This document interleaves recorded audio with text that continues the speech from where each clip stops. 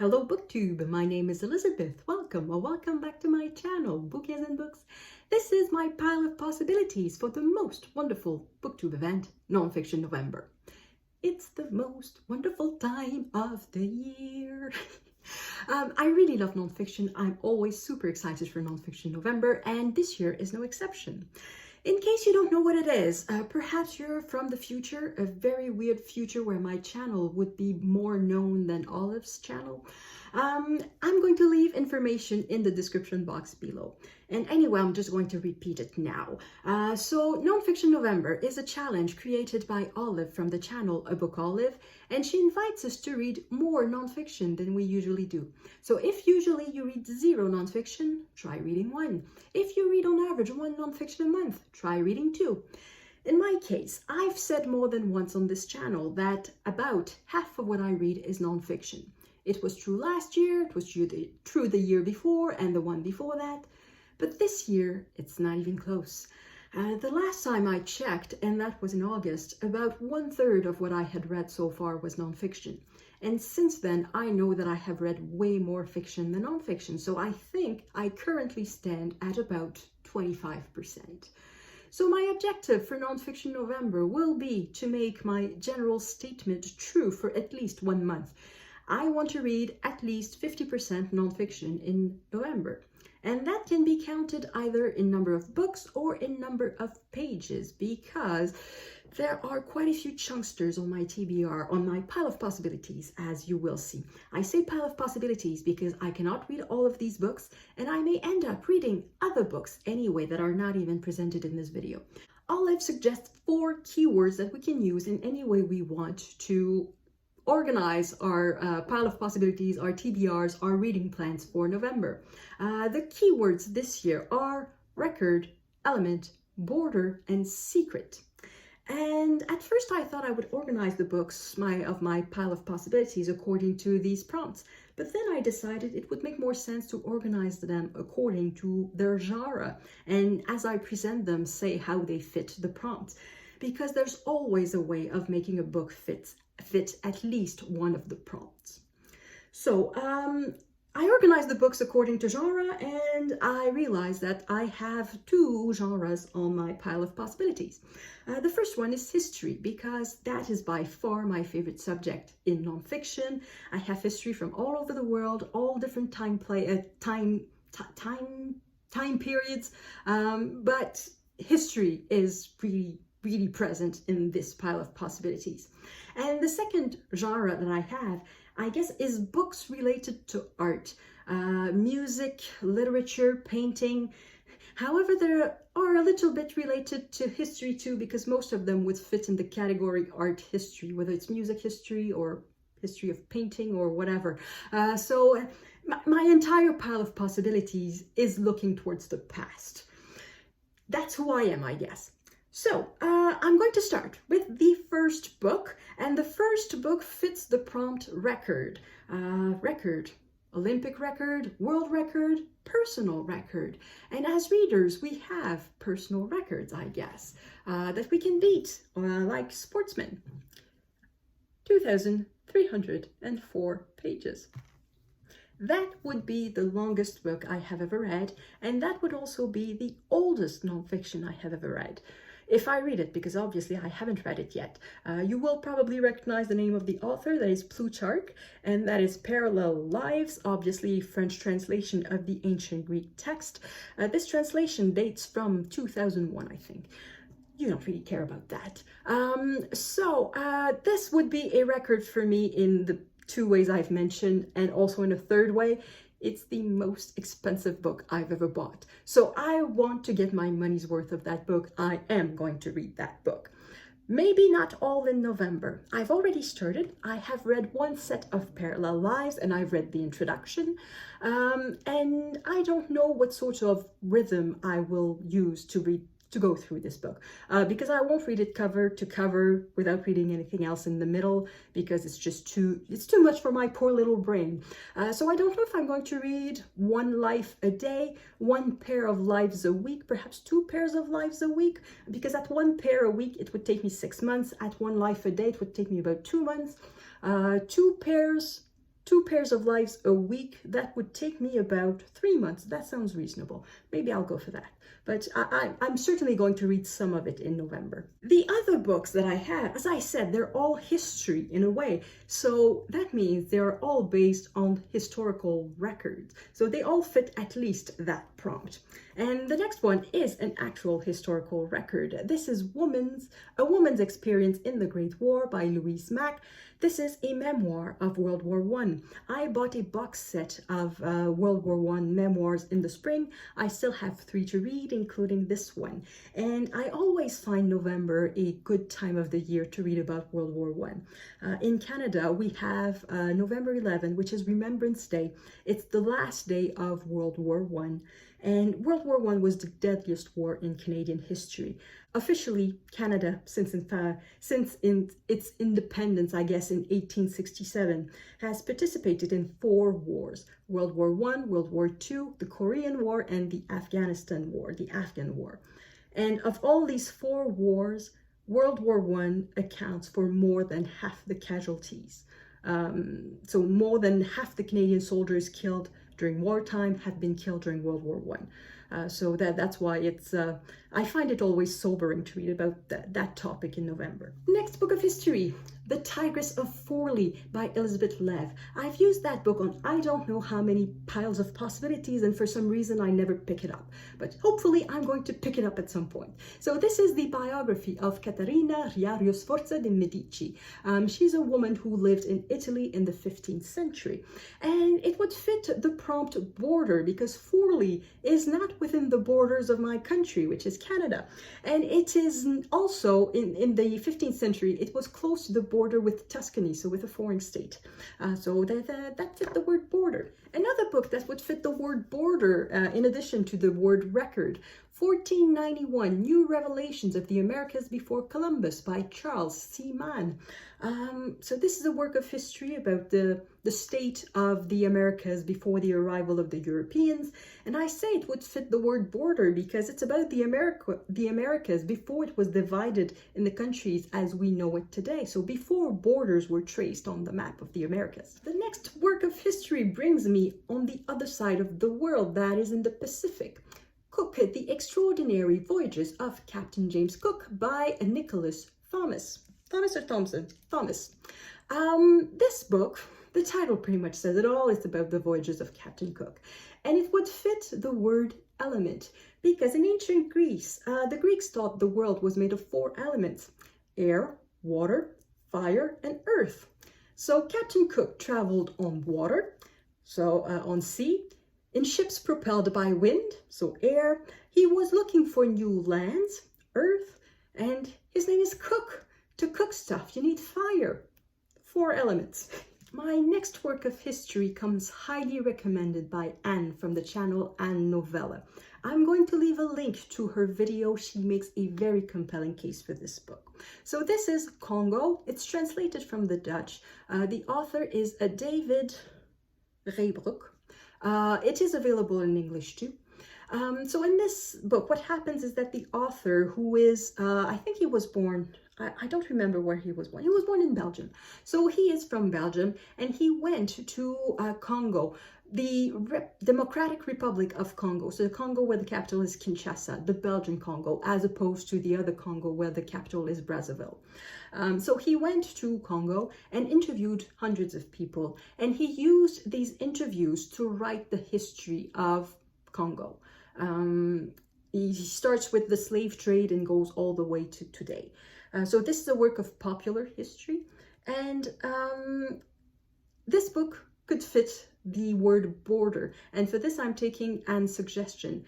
She says that it's said in the book, it's a thing, I don't know if she learned it in the book, but it's mentioned in the book, that the borders of Congo were decided over a couple of drinks by 2 men in Europe. They just took a map of Africa, they drew lines on it, and that became Congo, without ever looking at what it meant to the people, to the people there, without ever looking at whether it made sense or not. They just drew lines on a map and ta-da, country.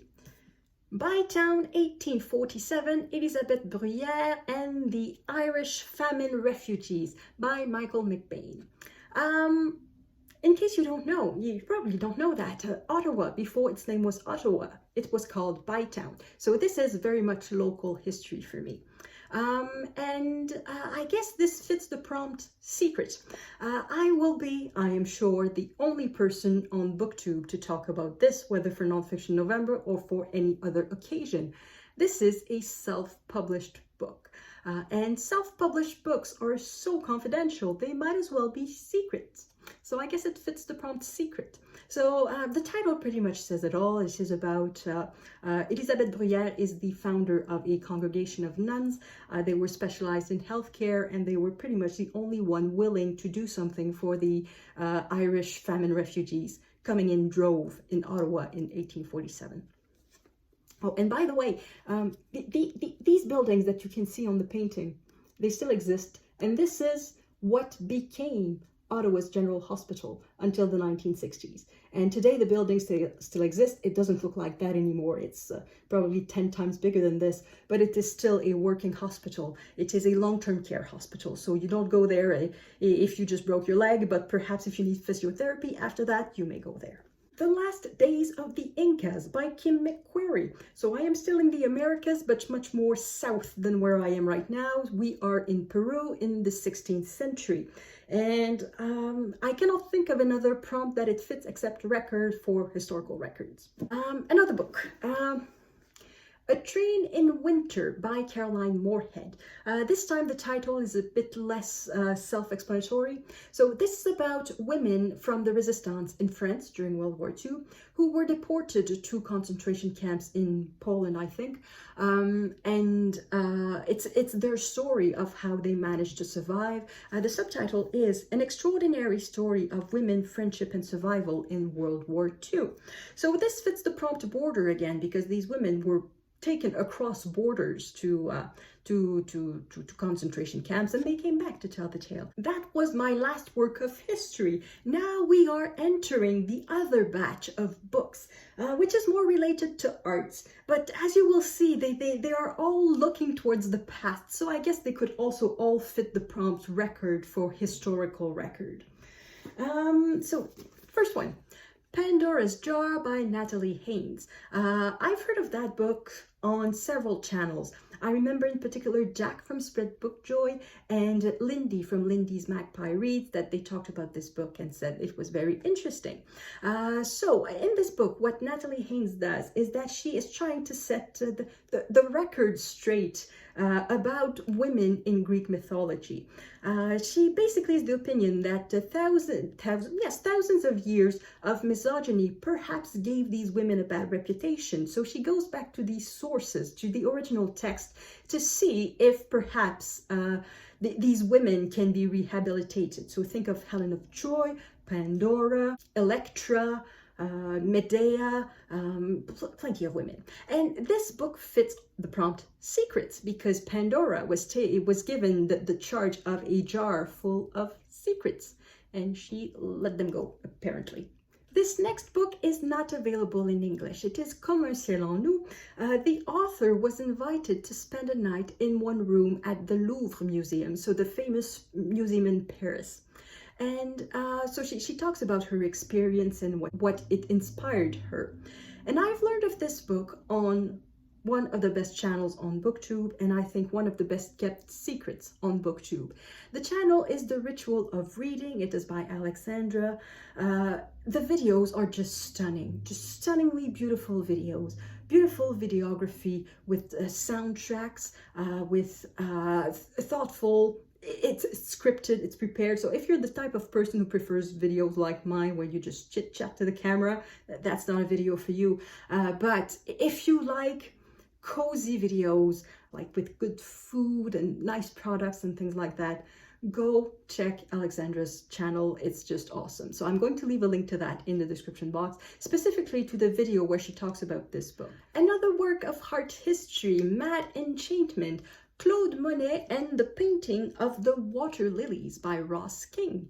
I think the title says it all. This fits the prompt element because it's about the water lilies. Another book where the title says it all, A Sound Mind, How I Fell in Love with Classical Music and Decided to Rewrite Its Entire History by Paul Morley. So this is about the history of classical music. So it fits the prompt record in two ways. So there's the historical records and then there's the music records.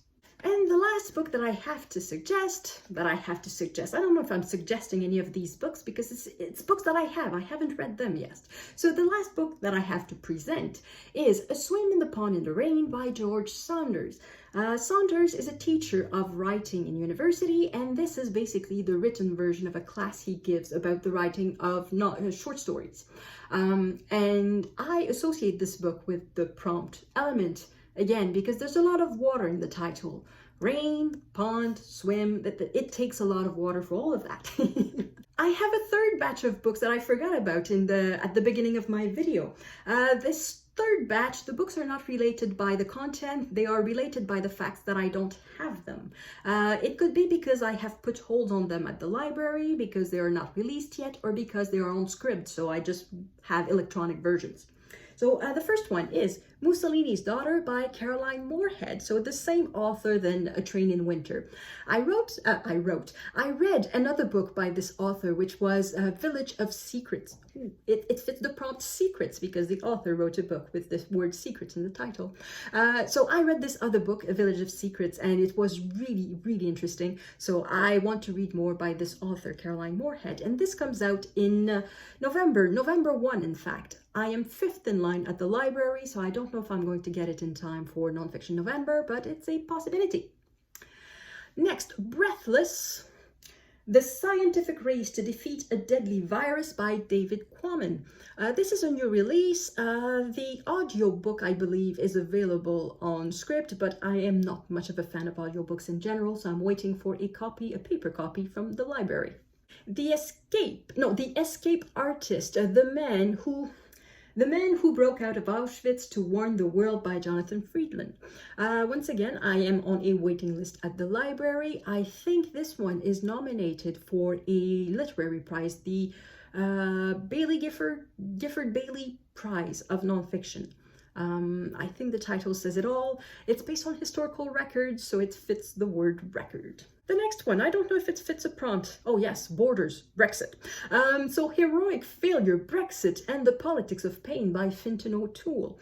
I read another book by Fintan O'Toole earlier this year, and it's one of the best books I've read this year. It is We Don't Know Ourselves. It is a history of Ireland, and I just loved that book, so I want to read more by this author.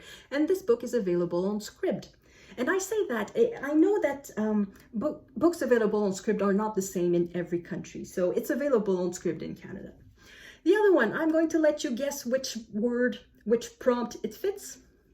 The Border by Erica Fatland. The subtitle is A Journey Around Russia through North Korea, China, Mongolia, Kazakhstan, Azerbaijan, Georgia, Ukraine, Belarus, Lithuania, Poland, Latvia, Estonia, Finland, Norway, and the Northeast Passage.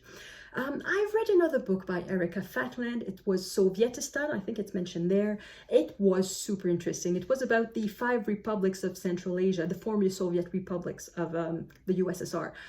So in Central Asia, and it was fascinating. It's a place on the planet that I know very little of, so it was super interesting. So I'm sure this one is extremely interesting too. The only problem is it's about 800 pages, and as you saw, I have plenty of big books on my TBR, so chances are I wouldn't have time to read all of it in November. But it sounds super interesting, and it's on Scribd too. And that is the last one that I saved. So this is my pile of possibilities. Do I attempt to make a little pyramid out of all of this? I could. Let's try at least a few, not all of them because I'll just break my wrists. I should at least show you the spines. Ta-ta. How many more can I add? Like this. Ow. Like this. Ow. Whoops, and I put smaller books, so like this, and we'll leave it there. So this is a little part of my pile of possibilities for Nonfiction November. Let me know in the comments what you intend to read for Nonfiction November, if you do intend to read something, and I will see you in the next video. À la prochaine!